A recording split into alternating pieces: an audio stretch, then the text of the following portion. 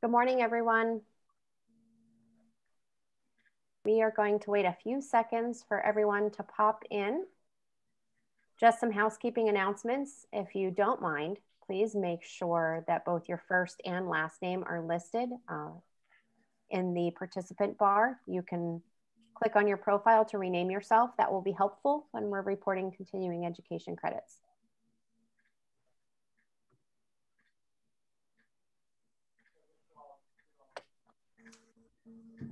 I guess we're going to go ahead and get started then. This is Dina Snyder, your current AIA Pittsburgh president, and welcome everyone to Build Pittsburgh. We have a great lineup of sessions for the next 3 afternoons, which will allow you to absorb, learn, and reflect on many aspects of the design and practice of architecture.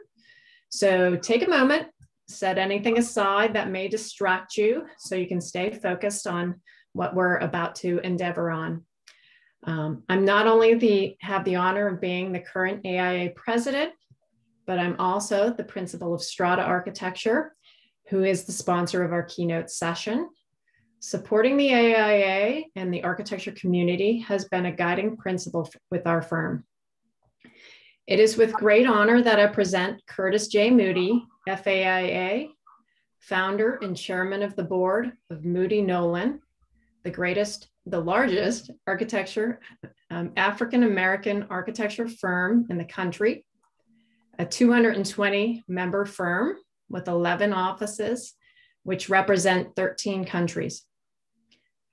His awards and accomplishments since founding his firm in 1982 are numerous. Over 330 design citations, 49 from the AIA and 45 from NOMA. They are the 58th recipient of the AIA's highest honor conferred to an architecture practice, the 2021 AIA Architecture Firm Award.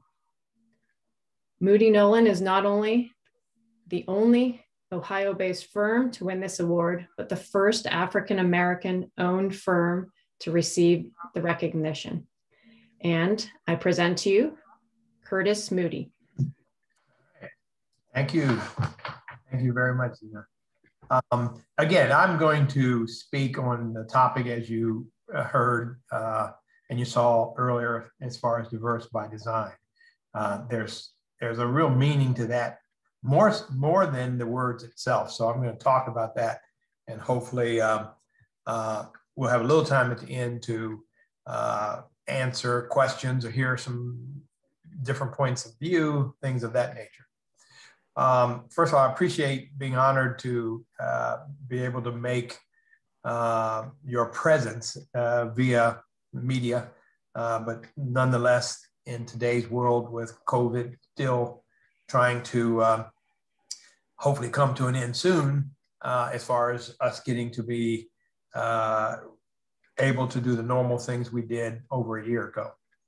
I did a little research on you guys, AIA Pittsburgh, and of course I looked on your website. I looked at your mission and values and your vision for AIA Pittsburgh, and your areas of looking to, explain the profession to others, what we do as architects, and to basically become a source of jobs as well, as far as potential employment for those member firms and others. I think that's very, very good.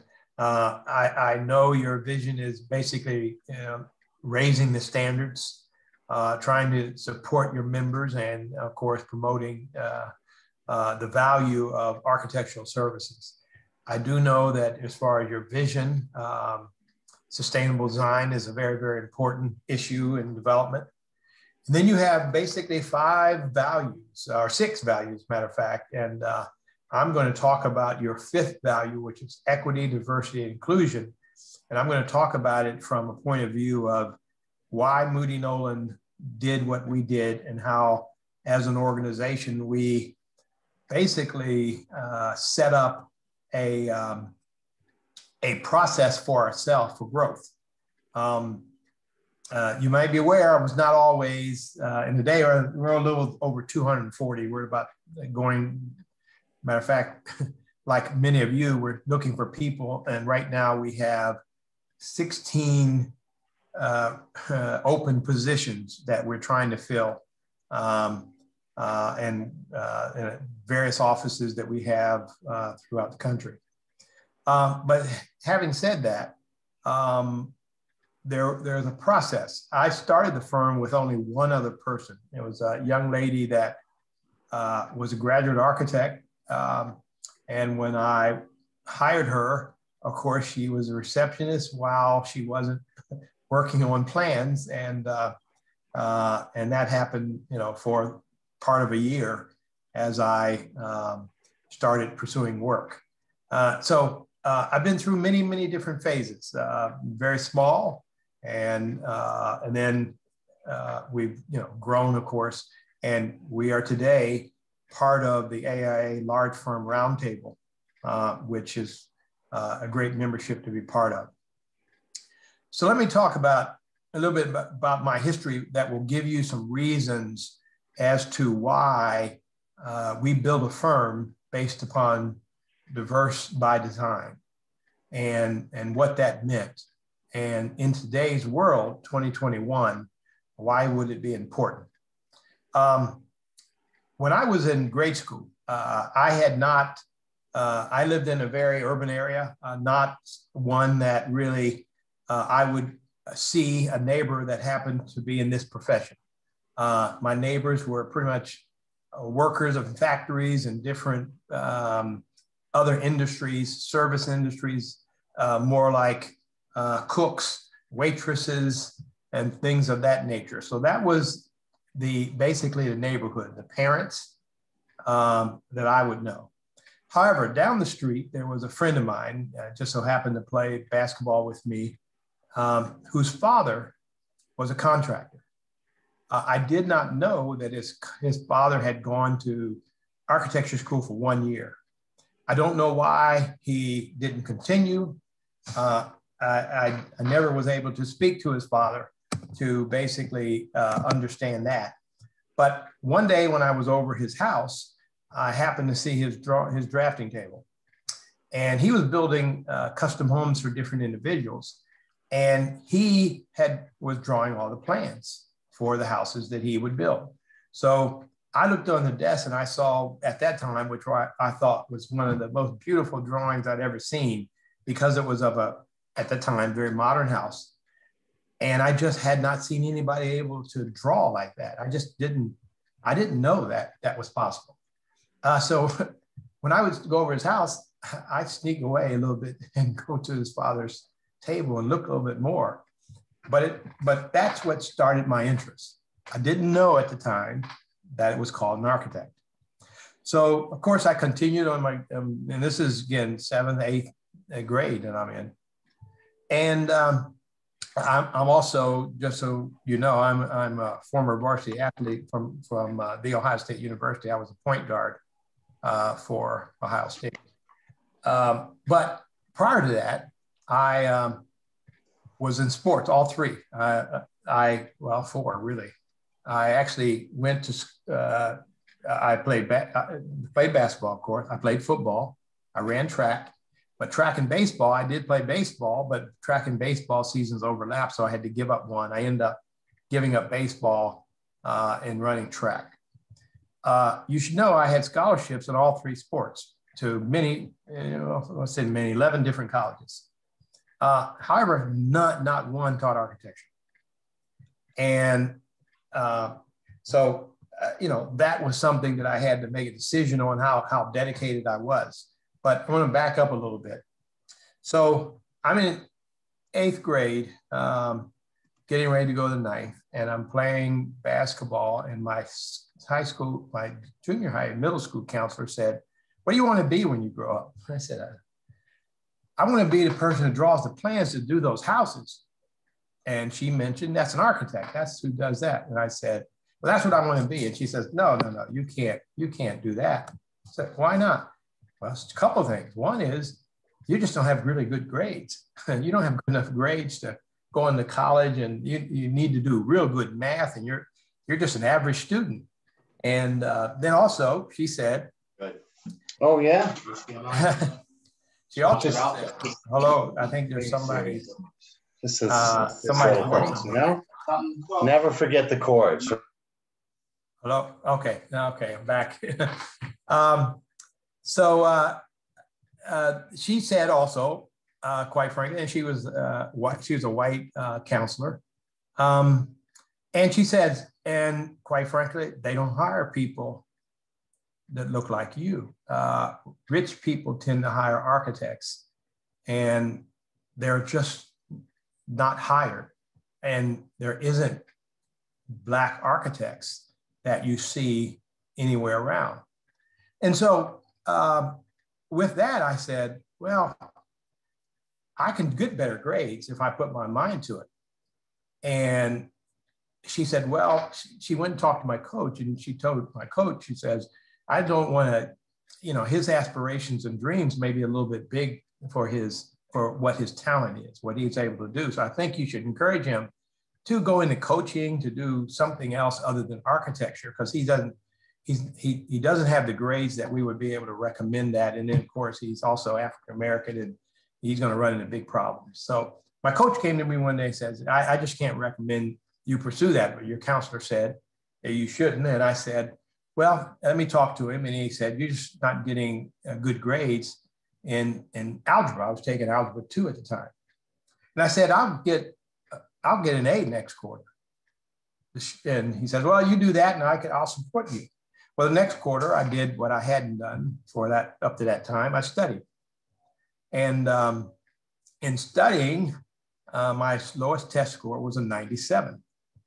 And so after I got my A, I went back to my coach and said, see, I told you I could do what I put my mind to it. And therefore he backed off. So I go on and anyway, play sports. I continued. I dropped back to an average student after that. It was like I did that to prove a point, but then I was back because coach said, oh, you need a 2.0 to be eligible to play. And so I worked only to get an average grade in order to stay eligible for sports. Anyway, when I got to college, Ohio State, I went through all that. I still played basketball. I walked on to Ohio State team because the schools that I had scholarships from did not teach architecture. And I had my coach call Ohio State and ask if I can come for a tryout because they taught architecture. And he allowed me to do that, and I made varsity and won a grant from that point on. Anyway, that's just a little bit of history in the background. But I want to tell you about the effect, the perception. And I want you to think about it for a minute. Think about the teacher who told me, no, this is not the career for you to pursue. Not just because of grades, but because of who I am, the fact that as an African-American,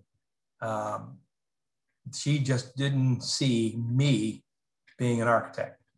So I want you to think about, was she a good person? Was she prejudiced? Whatever, think about that and I'll get back to this shortly. So anyway, as we move on, and be aware, I'm going to get into what our firm does too. So this is not just all about me story, because the big thing about the firm award, it's about the people, it's about who we are, but this is leading up to that. So anyway, I go on and I graduate and I work for several firms before I started my own firm. I worked for firms that did very nice, great project. I was a designer for the last several firms I worked for, and I thought some very, very nice designs for those firms. And I had no issues with those firms. I mean, being with those firms and those firms being known for who they were, and them having a loan. I was the only Black architect at the time in that area, city of Columbus, and I hadn't passed my exam yet, but I was heading toward that way. And as it would be, when I passed my registration exam, I told my employer that I was going to move towards starting my firm, and which I did. The problem I ran into, though, was perception. Since I could not identify a peer that I knew about, I couldn't identify another person of color that had achieved the kind of buildings that I had been doing for the other firms, not as their own firm. I know there were some out there, but I just didn't know who they were. And Google wasn't available at that time. So I wasn't able to research that. And I was getting the professional magazines, but of course, as you would have it, I saw no one that looked like me in any of those magazines. And so I just moved on. Well, as I found out, I was not running into problems for qualifications. It was not just, are you qualified to do this work? It was the fact that the work was, it was not strictly the qualification, it was perception of, we're gonna look to hire you, but we don't have an example of another firm like yours that has performed in a way that we could be comfortable that you're gonna do a good job. Of course, there were stories. There were some other minority firms that I started to learn about that in some cases, some had some issues. They struggled with here and there. And therefore, I was put in the position of that last minority firm didn't do such a good job. And therefore, we questioned you. So you can think about that. Think about all of you. If you went off after a project and the firm, the person that you're, or the selection committee is saying, that last firm that looked like you just didn't perform, so we're concerned about you. But anyway, I went through that. But let me tell you something I learned in sports. I'm just so you know, I'm 6'1", and so I was a point guard. I wasn't the biggest player on the team. And of course, we had 7-footers, we had 6'10" people, we had lots of big people that I had to play against. But I learned in sports that on any given day, the #1 team in the country could be beaten. And you didn't have to always be just as tall as that #1 firm, or matter of fact, you didn't have to always be the star every night. And therefore, a team became a big thing. So sport taught me team. It taught me that you need somebody to distribute the ball. You need somebody that shoots very well. You need somebody that rebounds very well. You need somebody that plays defense very well. And it doesn't always have to be just you. You bring a certain talent, and so does all of those other people. It's how you bring those talents together that make the difference. So again, I want you to think about this. That means diverse. That means not everybody needs to be the same. Diversity is not just black and white. It is all things. It is personalities. It is every different condition that somebody else brings to the table that you don't have. So learning that, I wasn't afraid of competition. I was always when we recruited, you know, during our going against another team, we get to know this person is left-handed, this person moves to the right more than they move to the left, this person shoots from the corner, this person is a great rebounder, this person is slow, this person is fast. I was pretty fast at that time, so I could offset some of the things that I was going against because of my speed and my jumping ability, things of that nature. So I learned that what I don't have, I can't worry about it. I got to capitalize on what I do have. So I went on to look for avenues in sports that I could capitalize on my talents. Same thing in architecture. I learned that having diverse people meant that I was offsetting some things I didn't bring that they would bring. They'd also take a different approach, looking at things a little differently than my upbringing says I do things a certain way. Their upbringing says they do things a different way. And quite frankly, the different cultures even go beyond that. So I get a level of diversity with different ethnic groups and people because I'm able to mesh the talents that they bring in a different way. And that's how we set up our firm. I'm going to interviews and find out that the selection committee had no one on their side of the table that looked like me. And so was I to complain? Was I to say, oh, they don't have any diversity, so they're not going to consider me like I'd like them to? Was I going to get down on that and say, whoa, with me, that's a problem, I'm going to give up this profession? No. You got to remember, I played sports, so I'm competitive. I'm saying, well, if I can't win this way, what way can I win?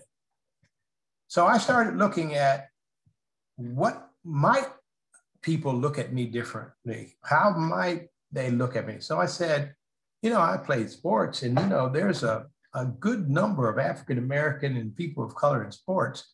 So people would have to assume that I know something about sports. So why don't I go after some sport projects? Why don't I pursue some sport projects in which maybe the question of who I am is less of a question because it's already understood by the nature of who I am, that I may have some understanding. So that was one move. Another move was, quite frankly, Black churches. Maybe I could go after some Black churches that would at least say, we're willing to give you a try. So I did that as well. Now, once I'm doing all of that, I'm starting to have a little success. Yes, I'm having a little success on a project here and there because of those groups. So what do I do next? Well, next I have to say, well, what is in this sports project that also is in this office building project, or this clinic, or this medical center, or this whatever? So I had to look for different ingredients and basically break the project down. Maybe I'm not able to show that I have done 5 of these, but I can show that, there's a set of restrooms in every building you build. And I've done many restrooms. There's a need for classrooms and other buildings other than just a classroom building. There's a need for classrooms and sports buildings and community centers and different things. So maybe I can go after some schools because I've done classrooms in these building types. And then when I do classrooms in school, I can take it to the next level. Well, all of that was part of our philosophy. But along the way, it was determined by me early that I could not wait for the selection committees to be diverse. That if I was expecting that the next selection committee that I was in front of was all of a sudden going to be a diverse group of people, that I found that was going to be slow to come. So I determined, how can I be an example? I determined that we've got to show diversity in order for it to be received. And we got to show it in a way and perform in a way that the perception of diversity is mellowed. Maybe as we perform and do good work, maybe the solution is people will get more comfortable with who we are and think of us just like anybody else. Just somebody with a certain amount of talent. Has nothing to do with color. What's inside of each of us. So I went on and I decided to build the firm with interviewing and making sure that I look for female architects, not just male architects. That's one step. That I look for diversity, not just African American, but Indian. I look for Asians. I look for Hispanics. I look for Latinos. I look for those groups by design. That the makeup of our firm needed to be representative of the entire US population the best we could do that. That however we did it, that it couldn't be that we just put a blanket out there, come and interview with us, end of story. It had to be, we put a blanket out there looking to interview people from lots of different backgrounds purposely in order to build our firm so that the level of diversity we have is unmatched. we're very fortunate that based on the AI large firm roundtable, and again, to join large firm, it has to be, I think you have to have 50 registered architects and over 150 staff members. That was when I first came in, that was the criteria. But in that, every year, most firms do an assessment. What percentage of your staff is female? What percentage of your staff is Hispanic? What percentage is African-American, whatever. And though we're not the largest firm in the group, we are the most diverse firm of all firms in large firm roundtable. And that's the biggest firms in the country. By percentages, we are the most diverse. Yes, we have 46% women. Yes, we have 33% minorities. In that minorities, 21% is African Americans. The rest are breakdown between different Latino, Hispanic, Korean, Chinese, what have you. And in doing that, our third of our firm is minority of some distinction, which isn't something that you see in most large firms around the country. Now it allows me to put teams out there that capture a lot of different nationalities. Non-minority, of course, we wanted to be an example of no discrimination, that we are looking for all people. So we're not ruling out any population, but we're looking hard at every one of them. So designing the firm to bring those people on while we're designing the firm to do certain kind of work. We're very broad by design as well. So when I talk about diverse by design, and I basically spoke to people, but the case of the project types is very important too. The diversity of the project that we do and have pursued and do plan to pursue going forward is very, very important. And what's important about that is that offers our staff a large variety of project types. So, certain people can get bored if they're doing the thing the one kind of project all the time, every day. So we didn't want that to happen. So we diversified the kind of projects that we pursue. Now, you can do that. And the challenge would be, are you going to be able to compete against those firms that specialize in those other areas? And the answer is, it's tough, yes, but you can. And we found a way to do that. As most of you will know, that if you look back in 2008, and most of us weathered the storm of the economy then and many cutbacks, many people downsized their staff. And even during this COVID period, there's many firms that downsized. Most of us lost about 20% in revenue, and therefore staffs were downsized to some degree. Well, our firm during the 2008 did not downsize. We did not lay off staff members or put staff members on part-time. We stayed full-time. We worked through it. Now, some of the project types we did were very small, but we had lots of very small projects because that's what we would do. They knew that we not only did big projects, but we did small projects and in between projects. So it was easier for some clients to come to us than some firms that only were known for the big projects. So as time went on, we weathered that storm. And I will say in the COVID period of time, we have also weathered it very well. We did see, I'll say, 20% revenue reduction. But like I'm sure many of you, we did get a PPP loan, and it allowed us to continue full employment of all of our staff. We sent everybody home except a core staff. And so 95% of our people work from home. We provided all of them with computers, made sure we were all networked. And to my surprise, we were productive. And still today, we have more than 5% in the office. We have a return to work plan that we're bringing back waves of people. The full group will be back in September, but we don't plan to have 100% staff back in certain locations, more like 80. which many of you are considering the same thing, because we found we can make it work. But having said that, again, the diversity of the projects we were doing made the difference as to us being able to pursue many things. So you can imagine, excuse me, somebody, my granddaughter was coming in.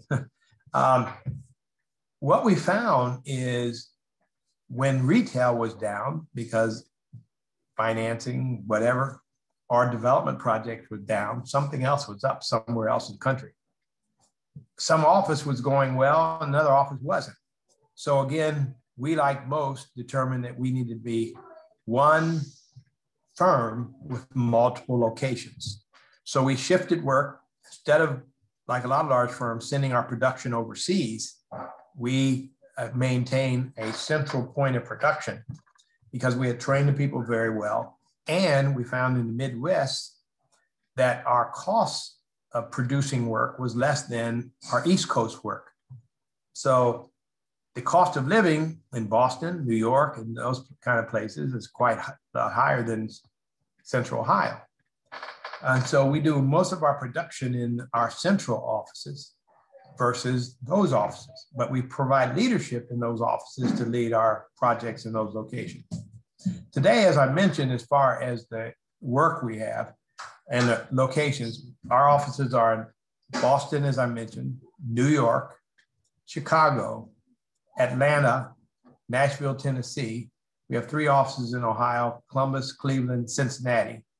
And Cincinnati really goes over into Kentucky.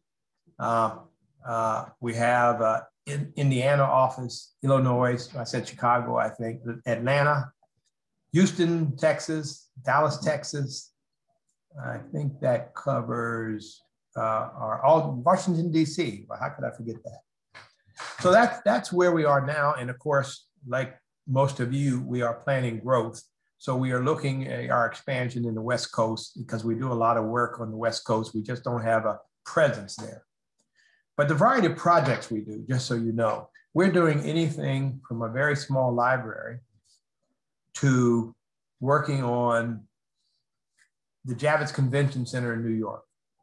We're teamed with TBS there, working there to finish the Javits.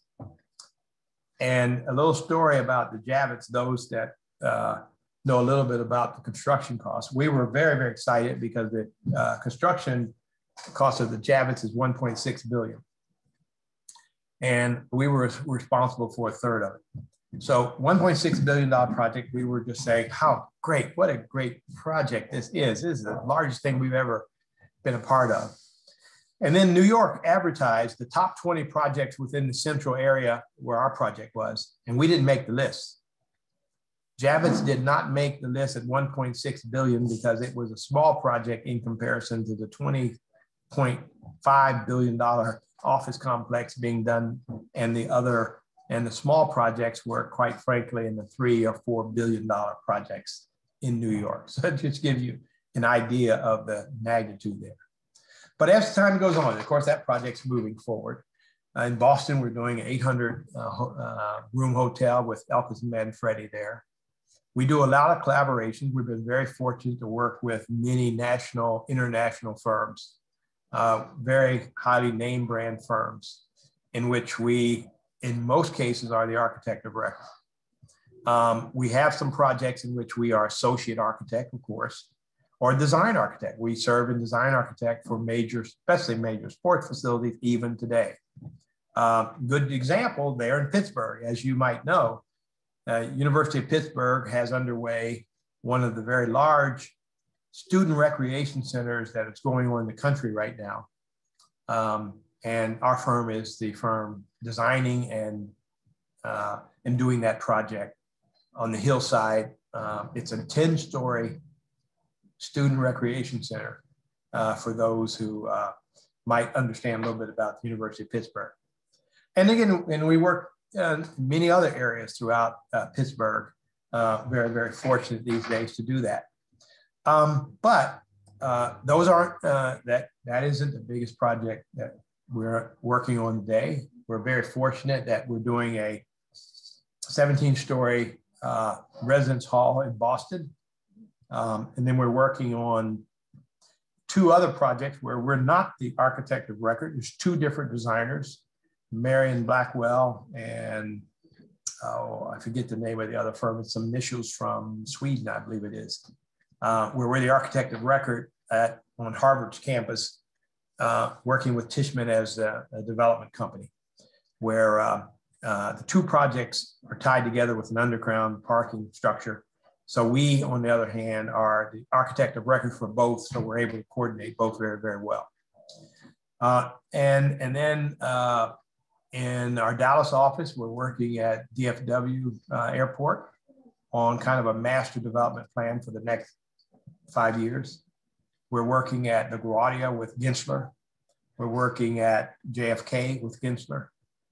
And so we have a number of aviation projects that we work with Gresham Smith out of Nashville on other aviation work. And quite frankly, what has been a growth area for our company has been mixed use projects. We're seeing a great uptick in that, not just student housing, but mixed use when it comes to market rate. And of course, with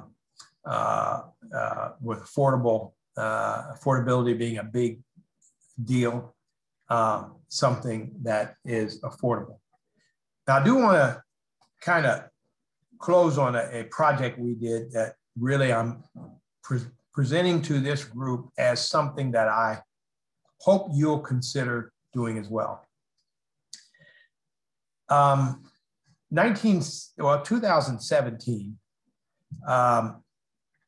we were looking at affordable housing and said, well, how can we, for this developer, do great affordable housing? And no matter what we designed, it was going to cost a certain amount. And the left there was some programs to offset some of the construction dollars. You know, when you, as you know, you design anything, if you're 40,000 square feet and you have a building, the walls, the floor, the ceilings, the roof, everything has a cost to it. So it's not like, well, we designed it simple, therefore it's going to be cheap. Well, cheap is to who?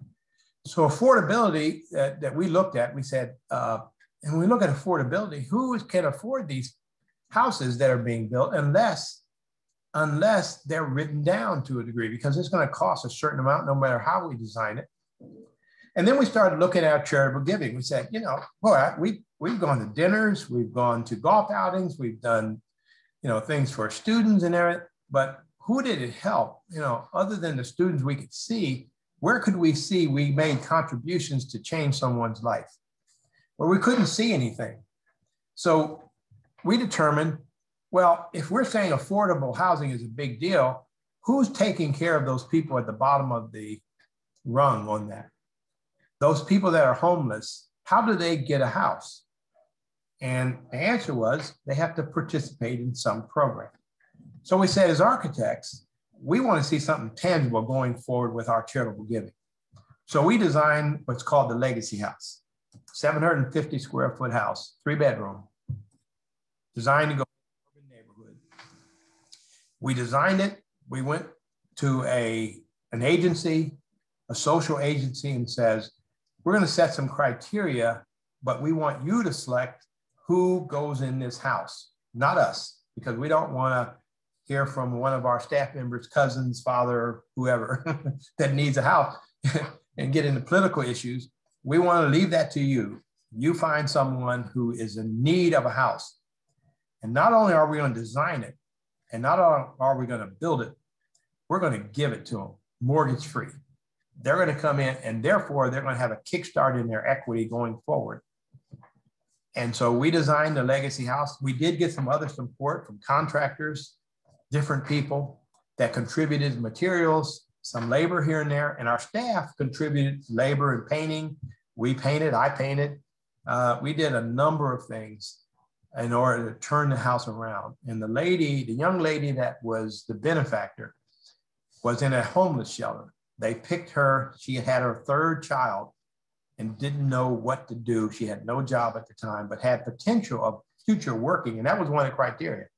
They have to be able to take care of it, not just gift and never have to work again. They have to be able to pay the utility bills and things of that nature and maintain the yard, all that stuff. And so they assessed and they selected a young lady with 3 children. 2 weeks before we completed the house, we found out that she had 3 children.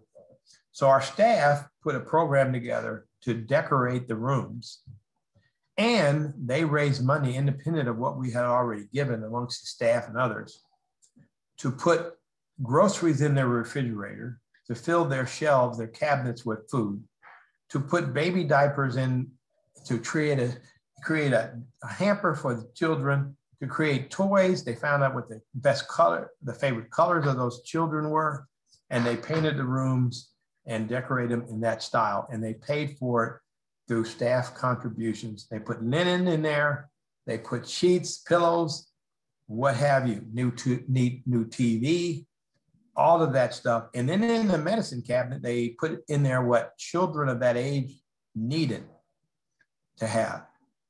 Now, the Legacy House, we committed that we would build a Legacy House for every office we have. So we currently have the Nashville Legacy House underway as we speak. My encouragement to this group is you can do your own legacy. I don't know that it has to be a house. Could be a renovated. It could be a buy and then renovate, but change someone's life. We as a profession have that ability. We're designers, we're creators. We're not just builders. I mean, we have people that build for us, of course, but why can't we as organizations come together and do something to help others based upon what we do in this profession? We are the creators of space. We are the creators of atmosphere. We are the creators of the kind of environments we hope people want to yearn to live in. And therefore, we have the ability to affect people's lives more so than many other professions. So I challenge you, Pittsburgh. I challenge you to consider your own legacy. Maybe a group of you come together. Maybe a few firms come together and decide to do a legacy house, a complex, who knows, or homeless shelters for veterans, what have you, as your legacy to them. Maybe you get other sponsors to assist in that regard. But whatever you do, and again, I'm not just saying it has to be something built. It has to be helping somebody do something than just yourself. I coined the phrase, do what you can with what you've got while you've got it. And it's more like do what you can when you can with what you got while you've got it. You don't need to wait to raise money to, I'm going to do this when I become a millionaire. No, do it with what you got now. Do it with the talents you have, the resources you have. And the resources are your people, your friends, your associates.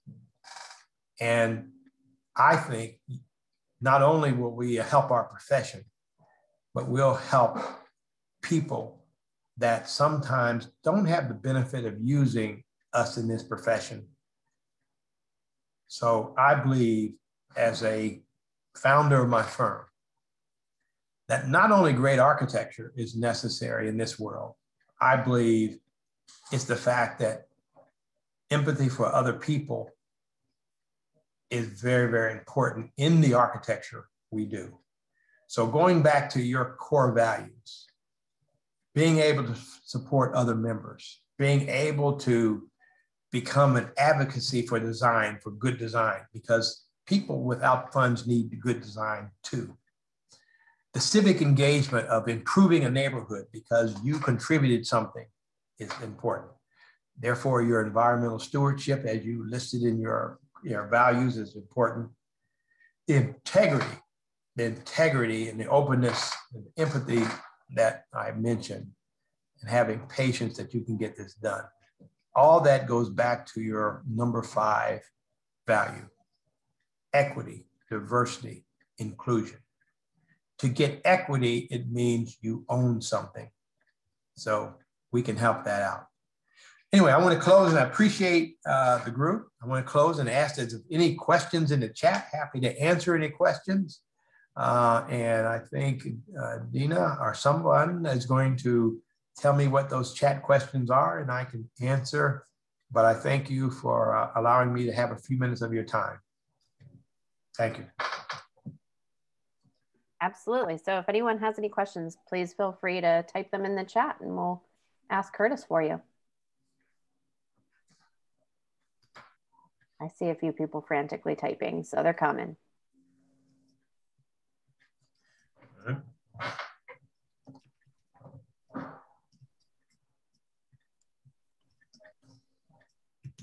I have one while we're waiting, Curtis. Have you visited the University of Pittsburgh yet? Yes. I've been there. As a matter of fact, pre-COVID, of course, I was there about every 2 weeks. But we haven't, since COVID, we've been having virtual meetings and haven't got back to face-to-face meetings yet on campus. Okay, so we have one. What was the biggest challenge with the growth of your company? There were several, quite frankly. The challenge of others' perception was the biggest challenge. I'm a person that believes in perseverance. You get knocked down, get back up. You don't win this project, win the next one. You don't win, you get a debrief. I'm going to do better the next time. I'm going to find a way. I'm that kind of individual, and I try to basically let the culture of the firm really attest to that. But I will say there was some expectations as an African-American from the African-American community, and that is sometimes the request of contributions. You look like you're successful. Please donate to our really great cause. And I found early in age that I couldn't donate to everything that I wanted to because I didn't have the funds. And a contractor friend of mine told me, I said, what can I do for the African-American community to be better? And he said, be successful. And what he meant by that is that by being successful, you will set an example that really does more than benefit them financially. And we try to do that as best we can. So we've got a couple more questions. So the first one, what strategies would you recommend to a firm owner who wants to grow a small to medium-sized firm? I'm going to hit on the teaming aspect again, and I talked about that as we currently still today team a lot in lots of different ways. We recognize, okay, we have a project, we know some people at a certain location, but we don't have maybe the resume. We don't have the resume for that project type. So what do? We go get somebody that does. What do we offer? Well, we know the client.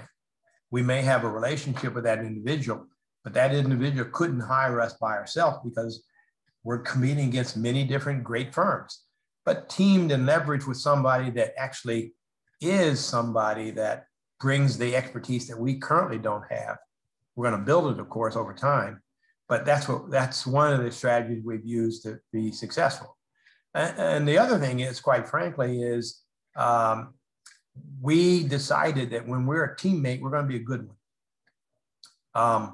We want to capitalize on, we may not be the lead firm on a project, but we're sure going to try to make that lead firm look as good as we possibly can, because in the end, the team looks good if the whole project is done well, and we will share in that success because we've helped that.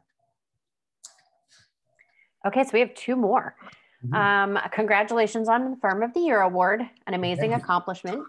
Can you talk a little bit more of the recruitment you did when you were starting out and trying to put together a diverse staff? How did you do it? Where did you find your candidates? Well, we've done some things, and many firms have done the same thing, and that is we go to every historically Black college that teaches architecture, and we let them know about potential needs in those areas that we have offices and throughout the firm. So we do attend and did attend pre-COVID a lot of schools and talked about who we are, not just African-American schools. We go to every major architectural school when we have the chance to recruit. So we're recruiting everybody, but we're also making sure that there's a certain selection of diverse people if we can, if it's available. In the architecture profession, only 2%, 3% now of the registered architects in America is African American, and therefore it's tough. But there's other minority groups, and that goes a long way to our diversity. Is making sure we're looking at that. Okay, so we have, I think, 2 more left. Next one is, thank you for this inspiring keynote. Do you have any tips for communicating the value of good design to non-architects? Absolutely. There is a story, not by me, but by others, about the value of good design from a standpoint that there is good design typically, especially within a community, appraises better than bad design. Of course, that's just boilerplate. Good design is going to basically kick up a notch the neighborhood, not just the project site it's on, but it will absolutely enhance the neighborhood. So to improve your neighborhood, you want to push for good design, not just for that owner that owns that property. So there's some benefit there. And we have a process called 9 Square. So we actually do 9 designs for every project we undertake. Not sure every, some we don't. But we look to take 9 down to 3 and 3 down to 1 with consensus-driven approach as we receive feedback. But they're all over. 1 is good, 1 is better, and 1 is best. 1 is on target. It absolutely hits the program. It could be a very simple building, but elegant, looks really attractive. The next one is a stretch. It makes people think, I could have this too. The third one is a real stretch. It is, we want to stretch their imagination. We want them to think maybe their intent was the first one, but boy, would they love to have the third one. And so we take that approach, and not all clients can go there. There are certain clients, and we've been told, yeah, that's a little bit too out of our character. That's way beyond what we think we can promote to the community. And therefore, it may be striking. It might make the cover of a magazine if you build it, but just not us. And so we've learned that we can't force design on every client. And we don't plan to do that. We let them come through a process that they're engaged in, so they have a choice. Where do you want to go? Well, high, low, in the middle. So hopefully there's going to be a compromise, and we end up mostly with the middle scheme. It's a little bit better than that first thing they thought about, but it's not all the way to something that maybe is from an architect standpoint, it's great, but not necessarily for the client. Now, I do want to back up on one thing, because I mentioned before, my counselor, and I asked the question, was that person prejudiced? Was he racist? Whatever. The answer is, I doubt it, because first of all, I never knew. I believe that looking back, because that was years and years ago, I believe she was looking out for my best interest. I believe she had not seen an African-American architect, because I had not either. So I think she was speaking from the standpoint of what she knew. And therefore, she had no examples of a firm like ours to even try to get kids to, like me, to inspire to be, because she had no examples. One of the things this award has done for us across the nation is being the first African-American owned firm to receive Firm of the Year. It means that teachers can now reference somebody like us as yes, you can versus no, you can't. So I think that's what I see. And we're very fortunate that it's us, but I was just hoping somebody like us would eventually hit that mark. Awesome. We have one more question, and I am actually going to name him because I feel like I need to for context here. So this is from Jan Irvin, who happens to be on our education committee. Curtis, thank you very much for sharing your story. Do you have a process for mentoring interns to help them live up to their potential, including part of being a team? He follows this with, FYI, in the 70s, I won the Kent State 2-on-2 co-rec basketball championship by selecting a red-shirted center from the girls' basketball team. I scored 2 points the whole tournament. That's really good. That's really good.